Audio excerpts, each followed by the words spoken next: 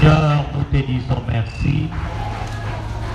Toi qui as permis que nous puissions encore nous assembler autour de ton nom ce matin. Car c'est ton nom qui sauve, c'est ton nom qui guérit, c'est ton nom qui délivre, c'est ton nom qui libère, c'est ton nom qui est capable de redonner la joie et la paix que nous avons pu perdre pendant la semaine à cause des difficultés, des épreuves, des problèmes, des soucis de la vie. Mais c'est ton nom aussi qui est capable de nous restaurer. Comme avait dit les psalmistes, tu restaures mon âme. Merci Seigneur. Nous voulons te soumettre ce moment. Car c'est par la parole que tu as tout créé. Et nous croyons que ce matin, en envoyant ta parole, tu vas créer quelque chose dans la vie de quelqu'un.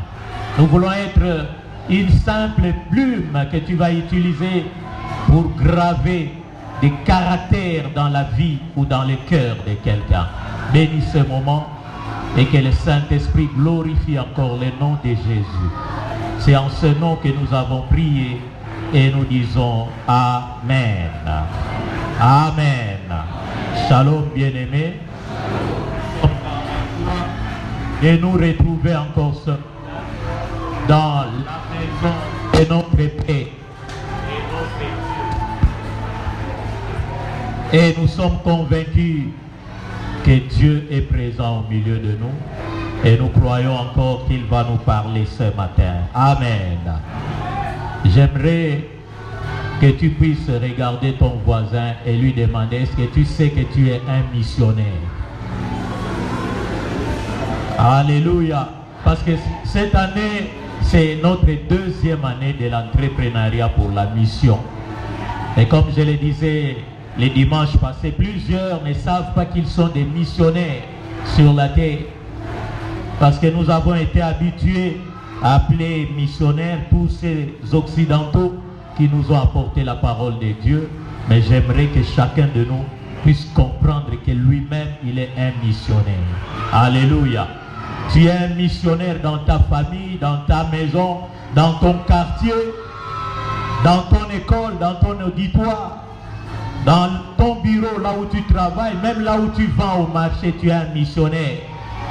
Alléluia. Voilà pourquoi nous devons tous entreprendre pour cette mission-là, pour laquelle Dieu t'a envoyé. Alléluia. Et nous devons comprendre cela. Et chaque fois que Dieu nous bénit, nous devons savoir que c'est d'abord pour la mission. Comme l'a dit le pasteur tantôt, ceux qui vont gaspiller leur argent partout ailleurs, c'est comme ces enfants d'Israël qui avaient bâti, qui avaient construit, qui avaient fabriqué une idole. Dieu les a bénis, nous l'avons expliqué les dimanches passés, en sortant de l'Égypte, ils sont sortis avec des grands biens. C'était pour la gloire de Dieu. C'était pour aller servir Dieu d'abord dans les déserts et ensuite dans les pays qu'il leur avait promis. Mais dès qu'ils sont sortis de l'Égypte, arrivés dans les déserts, ils ont fabriqué une idole avec ces bijoux en or, ces colliers en or qu'ils avaient reçus en Égypte. Et ils ont commencé à adorer une idole. Ce n'est pas différent de cette personne qui va dilapider son argent là où vous connaissez. Alléluia. Et en même temps, on chasse ses enfants de l'école. Ils ont raté les examens pendant que lui, là-bas, il est un mopao. Il donne sans réserve, après sa talaté. Mais ses enfants souffrent. Et comme a dit le pasteur, tu es un méchant. Alléluia. Et je crois que nous sommes des missionnaires et qu'au milieu de nous, il n'y a pas de méchants. Mais si tu es un méchant, ce matin, tu peux te repentir et prendre la décision de dire, je ne le ferai plus jamais. Alléluia. Et nous allons lire la Bible. Ce matin, nous allons lire dans Genèse chapitre 41. Nous lisons du verset 53 au verset 55. Genèse 41, 53 à 55. Nous nous lèvons pour honorer la parole de Dieu. Et nous rendons encore service. Rendez-moi encore service. Regardez les missionnaires qui est à côté de vous. Dites-lui le dimanche passé, on nous avait dit de venir avec la Bible aujourd'hui. Où est la tienne? Demande-lui, c'est moi qui t'envoie. Demande-lui. Dimanche prochain, j'avais dit, suppliez votre voisin missionnaire. Dites-lui le dimanche prochain, je vous supplie, venez avec une Bible. S'il n'en a pas, suppliez-le encore à mon nom. Dites-lui pardon. Le dimanche prochain, viens avec une Bible. Amen. Acclame le Seigneur pour toi-même. Amen. Alors nous lisons au nom de notre Seigneur Jésus. Les 7 années d'abondance qu'il y eut au pays d'Égypte s'écoulèrent. Et les 7 années de famine commencèrent à venir, ainsi que Joseph l'avait annoncé. Il y eut une famine dans tous les pays, mais dans tous les pays d'Égypte, il y avait du pain. Quand tous les pays d'Égypte furent aussi affamés, le peuple cria à Pharaon pour avoir du pain. Pharaon dit à tous les peuples égyptiens, à tous les Égyptiens, allez vers Joseph et faites ce qu'il vous dira. Alléluia. Allez vers Joseph et faites ce qu'il vous dira. Rappelle à ton voisin, dis-lui, fais tout ce qu'il te dira. Alléluia. Nous continuons notre enseignement qui a pour thème, faites ce qu'il vous dira. Amen. Au début, nous avons vu Marie qui a dit aux serviteurs lors des noces, il leur a dit, faites ce qu'il vous dira. Mais maintenant, nous voyons Pharaon qui dit à son peuple d'Égypte, allez vers Joseph. Vous avez faim, c'est bien, allez vers Joseph. Pourquoi? Parce que comme Marie, Pharaon avait aussi une solution. Pour Marie, la solution c'était Jésus. Mais pour Pharaon, la solution c'était Joseph. Joseph qui est un type de Jésus. Amen. Faites ce qu'il vous dira.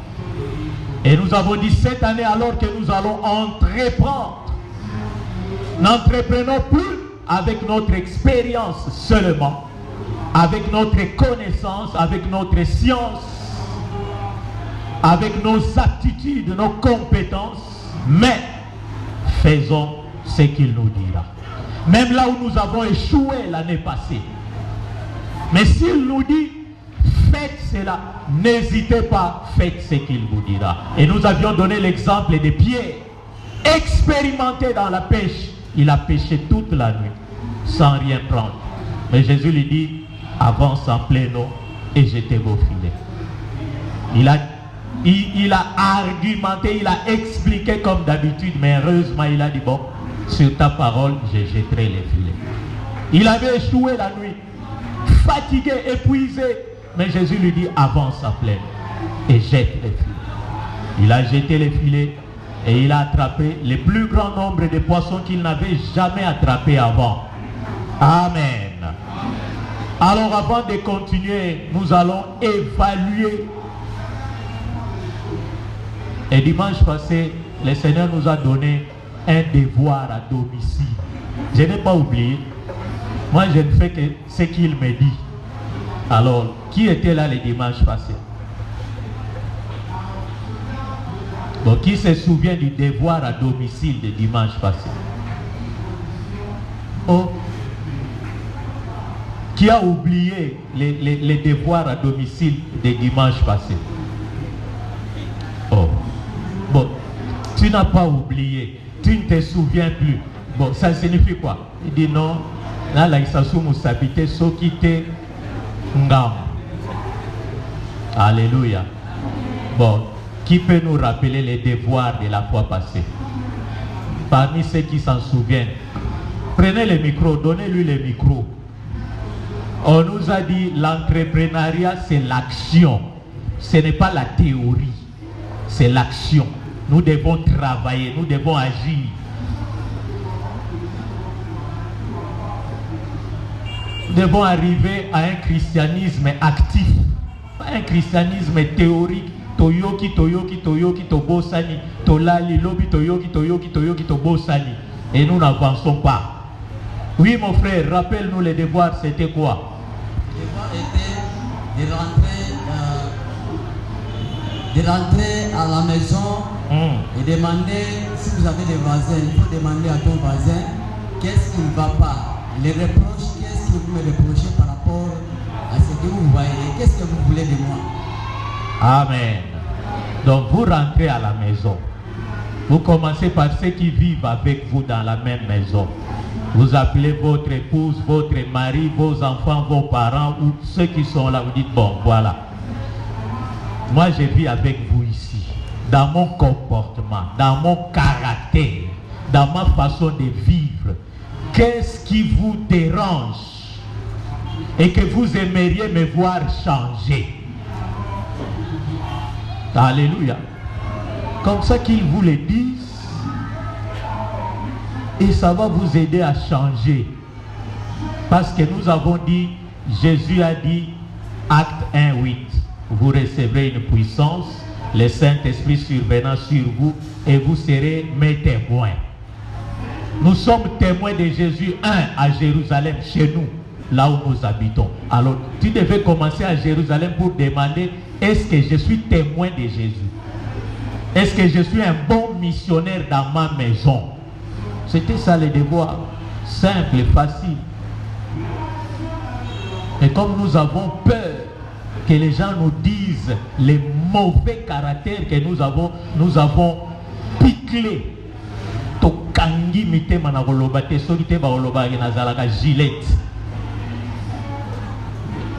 Mais tu te causes du tort parce que tu ne changes pas. Et tu risques de rater le ciel pour ça. Amen. Bon, donc, c'est reporté pour les dimanches prochains. Dis à ton voisin, missionnaire, le devoir est reporté pour les dimanches prochains. Acclame le Seigneur pour toi-même. Amen. Donc je disais, la famine est arrivée en Égypte et Pharaon avait une solution. La solution c'était Joseph. Il a envoyé les gens vers Joseph, mais il les prépare, comme Marie avait préparé les serviteurs, il leur dit, allez voir Joseph, mais faites ce qu'il vous dira. En quelque sorte, si vous ne faites pas ce qu'il vous dira, vous allez mourir de faim. Alléluia. Donc ce matin, le Seigneur m'envoie encore vous rappeler de faire ce qu'il vous dira. Si vous ne faites pas ce qu'il vous dira, vous allez encore échouer. Et vous allez encore gaspiller de l'argent, dépenser de l'argent, du temps, de l'énergie, et même vos relations. Et vous allez encore échouer. Faites ce qu'il vous dira. Rappelle encore au missionnaire qui est à côté de toi. Faites ce qu'il vous dira. Alors la première chose que Jésus nous a dit de faire, c'était demeurer en lui. Il a dit demeurer en moi. Et nous avons lu Jean 15. Demeurez en moi. Vous voulez réussir cette année. Vous voulez prospérer. Vous qui avez réussi l'année passée, vous voulez aller plus loin. Demeurez en Jésus-Christ. Que personne ne vienne vous dire, comme le pasteur a donné l'illustration, bon, maintenant toi tu n'as que la maison, le travail et l'église. Mais fais un tour aussi de l'autre côté. Donc, si on te dit ça, dis-leur, maintenant tu as une réponse, dis-leur, Jésus nous a dit cette année de demeurer en lui. Là où vous m'amenez là-bas, je vais sortir de la présence de Jésus, donc je ne pars pas. Alléluia. Tout ce qui peut te faire sortir de la présence de Jésus, qui peut te faire sortir de ton alliance avec Jésus, qui peut te faire sortir de ta communion, de ta relation, de ton intimité avec Jésus, il faut éviter cela, refuser. Ne discute même pas, ne cherche pas à argumenter, à t'expliquer, dis non. Jésus est clair, il a dit que ton non soit non, que ton oui soit oui. Tout ce qu'on ajoute vient du diable. Donc tout ce que tu vas chercher à ajouter pour t'expliquer, ça viendra du diable. Dis-lui seulement non. Il ne va pas te tuer. Alléluia. Demeurer en moi. Et nous avons défini demeurer. On dit demeurer vient du grec meno, qui signifie rester, continuer, vivre. Reste en Christ. Continue en Christ, vis en Christ, ne sors pas, ne change pas, ne déménage pas, demeure. Ça signifie aussi élire domicile, avoir un logement loger, habiter, vivre en Christ, persévérer en Christ, s'arrêter un temps assez long en Christ, demeure. Et nous avons vu aussi comment nous devons demeurer en Christ. C'est ce que nous avions commencé les dimanches passés. Premièrement, nous avons dit, pour demeurer en Christ, nous devons garder la parole de Dieu continuellement dans nos cœurs et dans notre intelligence. Et laisser cette parole-là conduire, diriger nos actions Et Paul l'a dit aux Colossiens, Colossiens 3,16, que la parole de Dieu habite à vous abondamment.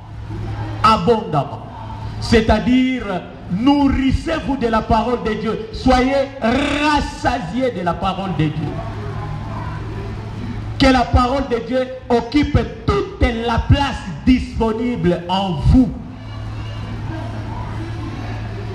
Nourrissez-vous de la parole de Dieu à satiété, c'est-à-dire jusqu'à vous rassasier. L'excès de table, c'est un péché, mais l'excès de la parole de Dieu est permis. Alléluia. Nourris-toi. Chaque jour, en chaque instant, et nous avons dit, pour ça, il faut lire la parole de Dieu chaque jour, méditer la parole de Dieu chaque jour, étudier la parole de Dieu, mémoriser la parole de Dieu. Quand tu as dans ton réservoir, dans ton dépôt spirituel, suffisamment de paroles, dès que tu seras devant une situation, le Saint-Esprit prendra une parole dans ton dépôt là. Il la fera monter dans ta bouche et tu pourras la déclarer. Alléluia. Et deuxièmement, nous avons dit, pour demeurer en Christ, il faut entretenir une communion constante, intime avec Christ. Et cela nous permettra de tirer de lui la force nécessaire pour continuer. Cette intimité, cette communion ne peut pas être seulement dimanche. Si tu es chrétien seulement le dimanche, ça sera difficile d'être en communion constante, permanente avec Christ. Si tu es chrétien seulement le dimanche, ça sera difficile d'être intime avec Christ. Chaque jour, en chaque instant, en chaque lieu. Ne sois pas de ceux qui disent non, ici c'est le travail. Non, point. Non, que ce soit les points, que ce soit le travail, n'importe quoi, soit en communion avec Christ. Alléluia. Troisièmement, et nous avions donné l'exemple de Paul dans Philippiens 4:13 qui a dit « Je puis tout par celui qui me fortifie ». Troisièmement, nous avons dit obéir au commandement de Christ, demeurer dans son amour et s'aimer les uns les autres. Obéir au commandement de Christ. Qu'est-ce que Christ te permet de faire? Fais-le. S'il t'interdit de le faire, ne le fais pas. Même si tout le monde autour de toi les font. Alléluia. Et ça sera une preuve que tu l'aimes, parce qu'on ne peut pas obéir à quelqu'un qu'on n'aime pas. Vrai ou faux? Si vous n'aimez pas quelqu'un, vous ne pouvez pas lui obéir. Plusieurs femmes qui étaient soumises à leur mari au début, dès que le mari commence à déconner, elles deviennent insoumises parce que l'amour a diminué. Alléluia. C'est normal. Nous avons été élèves, étudiants. Les profs qu'on n'aimait pas, on ne lui obéissait pas. Amen. Si vous n'aimez pas un prof à l'université, quand les profs venaient, nous on sortait. Je me souviens, les profs d'anglais en préparatoire. Pour moi, c'était un monsieur compliqué. Il donne une interrogation, première interrogation. Moi, je comprenais très bien l'anglais. Première interrogation à choix multiple. Toi, tu mets A, moi, je mets A. Toi, tu réussis, moi, j'échoue. Comment vous pouvez expliquer? Je lui ai dit, je ne viendrai plus. Et dès qu'il entrait, moi, je sortais. Ça servait à quoi? Amen. Donc, si vous n'aimez pas quelqu'un, vous n'allez pas lui obéir. Et l'obéissance que nous avons en Christ, ça prouve que nous aimons Christ. Et par conséquent, en retour, lui, il va nous permettre de demeurer en lui. Et son Père demeurera en nous. Mais il ajoute, vous ne pouvez pas m'aimer sans aimer les autres. Donc, si vous m'aimez, vous devez aimer les autres comme moi je vous ai aimé. Donc pour demeurer en Christ, nous devons apprendre aussi à aimer les autres. Et nous l'avons dit le dimanche passé, ceux qui haïssent ceux qui sont autour d'eux, ceux qui blessent ceux qui vivent avec eux, si vous regardez bien, si vous faites un examen de conscience personnelle, vous comprendrez que vous ne vous aimez pas vous-même. Vous ne m'avez pas compris. Ceux qui blessent les autres sans raison, sans cause, ceux qui vivent avec eux, c'est parce qu'ils ne s'aiment pas eux-mêmes. Si tu t'aimes toi-même, tu ne pourras pas blesser les autres. Tu ne pourras pas haïr les autres. Tu ne pourras pas maltraiter les autres sans raison. Alléluia. Donc si tu as constaté que tu n'aimes pas les autres sans raison, commence d'abord par faire un examen de conscience. Tu verras que tu n'es pas en paix envers toi-même. Tu ne t'aimes pas. Parce que si tu ne t'aimes pas, tu ne pourras pas aimer les autres. Chaque fois que tu verras les autres, tu chercheras un moyen pour les blesser, pour les jalouser, pour les haïr. Donc tu extériorises, tu expulses ce qui est en toi-même. Alléluia. Et c'est pourquoi nous avons dit, certaines personnes que Dieu a créées ont trouvé, parce qu'ils ne s'aiment pas eux-mêmes, ils ont trouvé que Dieu n'avait pas raison. Et ils se transforment en femmes. Parce qu'ils ne s'aiment pas en tant qu'hommes. Alors, au lieu d'encourager ce genre de personnes, il faut plutôt les aider. Et vous les encouragez, vous élisez des lois pour les enfoncer. Ils ne s'aiment pas. Et comme ils ne s'aiment pas, il ne peut pas aimer une femme. Alors il va aimer un homme comme lui. Comme elle ne s'aime pas, elle ne peut pas aimer un homme. Elle va aimer une femme comme elle. Comme elle a trouvé, ou il a trouvé que pour lui, pour elle, il faudrait mieux, il fallait mieux qu'il soit un animal. Voilà pourquoi il va épouser un animal. Donc Zambosala qui est erreur, il fallait qu'il en a moi. Alors je me marie à un chien. Alléluia. C'est ça l'explication simple. Ils ne s'aiment pas. Et voilà pourquoi vous voyez les gens qui jalousent les gens à son voiture alignée à l'Axani.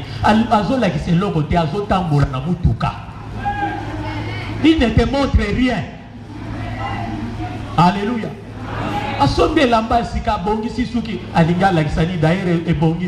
C'est pas ton problème.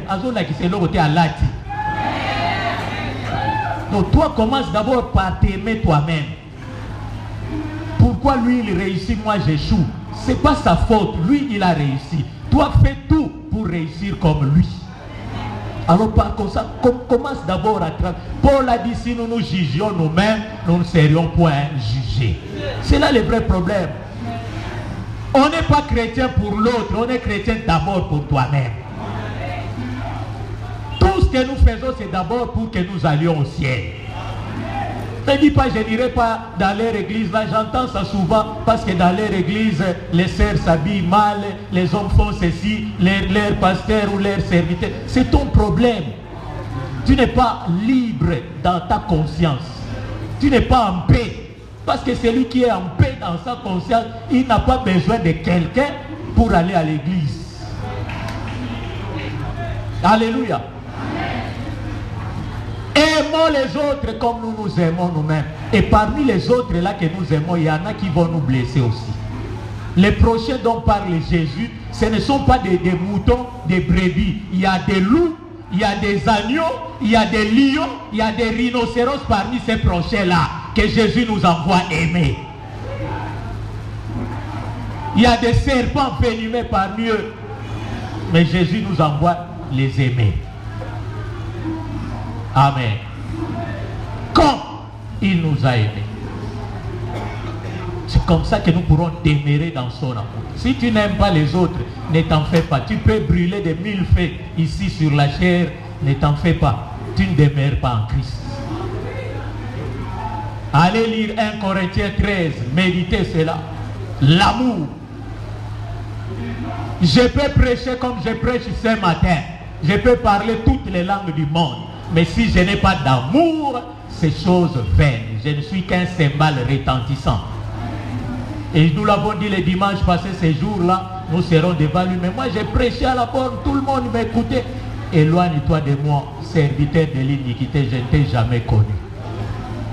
Pourquoi? Parce que je n'aimais pas les autres. Mais quand j'ai prêché, tout le monde pleurait, tout le monde se repentait, se convertissait. Voilà pourquoi Paul a dit, je traite mon corps durement, je le tiens assujetti, de peur qu'après avoir prêché à plusieurs, que je sois moi-même rejeté. Ce qui nous fera entrer au ciel, ce n'est pas la parole que nous vous prêchons ce matin, c'est notre relation avec Jésus. Alors cette relation-là, ça s'entretient, ça se maintient. Amen. Et quatrièmement, nous avons dit, pour demeurer en Christ, nous devons mener une vie pure à l'aide de sa parole, en résistant au péché et en s'abstenant, en s'abandonnant plutôt à la direction de l'esprit. Nous devons mener une vie pure. Mener une vie pure veut simplement dire nous sanctifier. Dis à ton voisin, ça veut dire simplement se sanctifier. Dis-lui bien, tu ne lui as pas dit. Dis-lui bien comme un missionnaire. Amen. Nous devons nous sanctifier pour demeurer en Christ parce que lui, il est saint. Il a dit, soyez saints comme moi-même je suis saint. Devons nous sanctifier. Plusieurs enfants de Dieu n'aiment plus les messages de la sanctification. Dans plusieurs églises, on ne prêche plus sur la sanctification.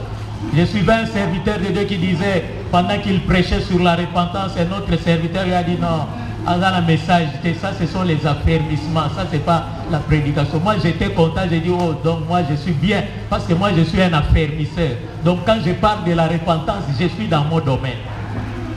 Quand je parle de la sanctification, je suis dans mon domaine. Donc ne soyez pas courroucés parce que je parle de la sanctification. Moi je suis un affermisseur. Dis à ton voisin, missionnaire, celui-là c'est un affermisseur. Donc quand je parle de la sanctification, en tout cas, c'est dans mon domaine. Vivre une vie pure.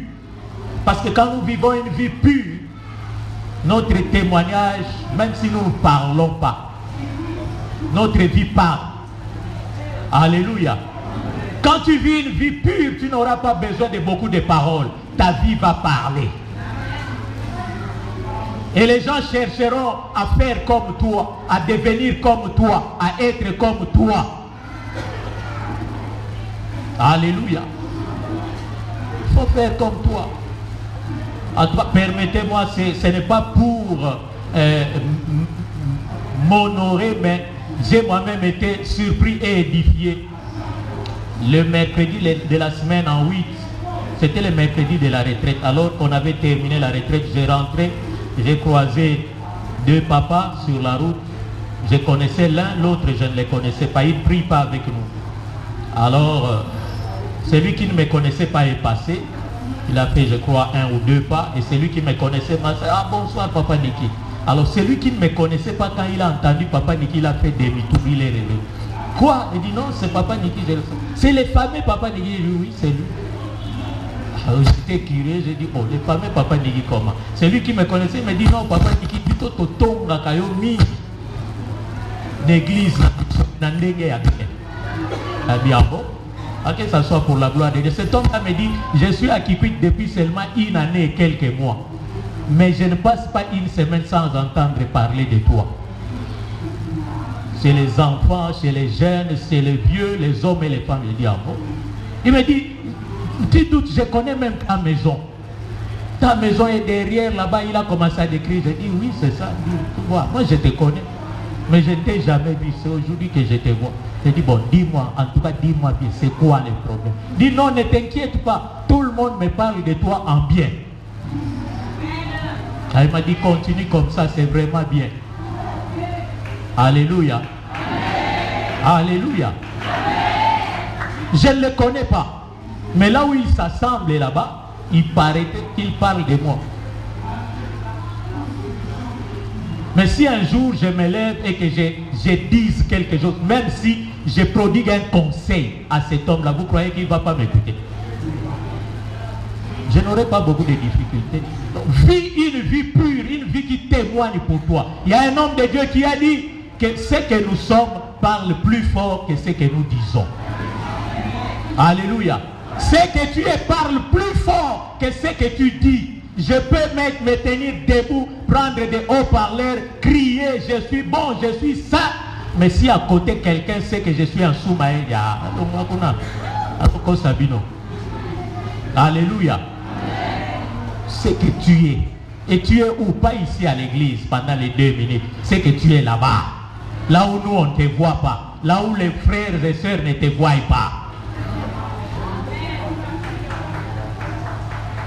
Et pendant que j'étais en train de penser à ça ce matin, le Seigneur m'a dit, tu vois, il m'a donné cet exemple.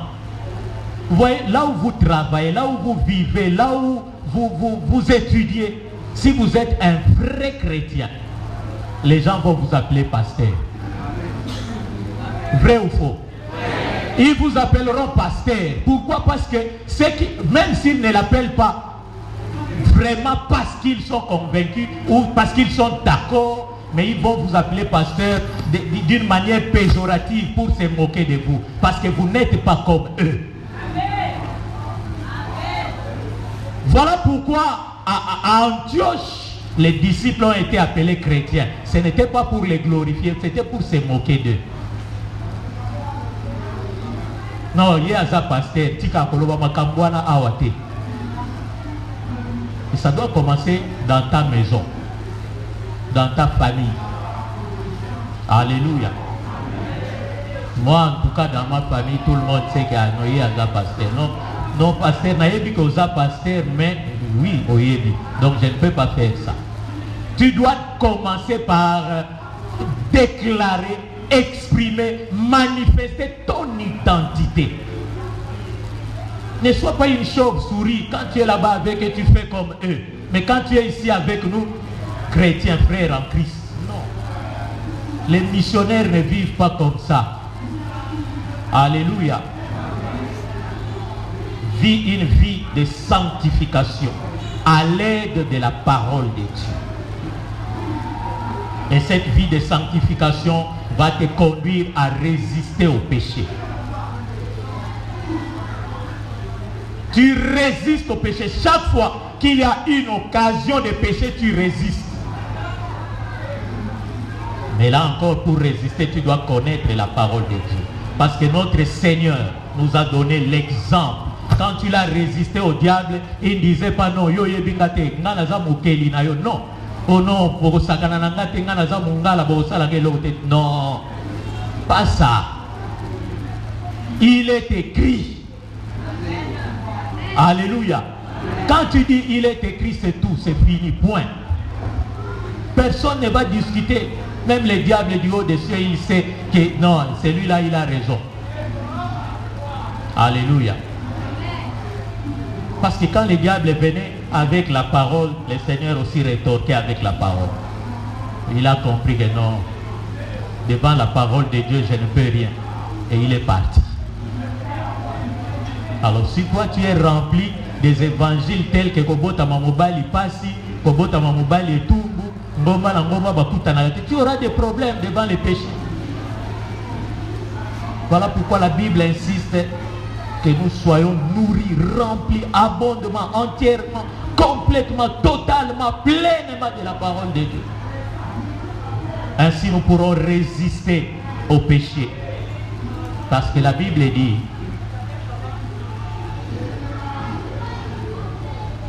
soumettez-vous à Dieu, résistez au diable et il fuira loin de vous. Alléluia. Parce que c'est lui qui nous pousse à pécher, c'est le diable. Et si tu arrives à lui résister, c'est-à-dire que tu résistes au péché.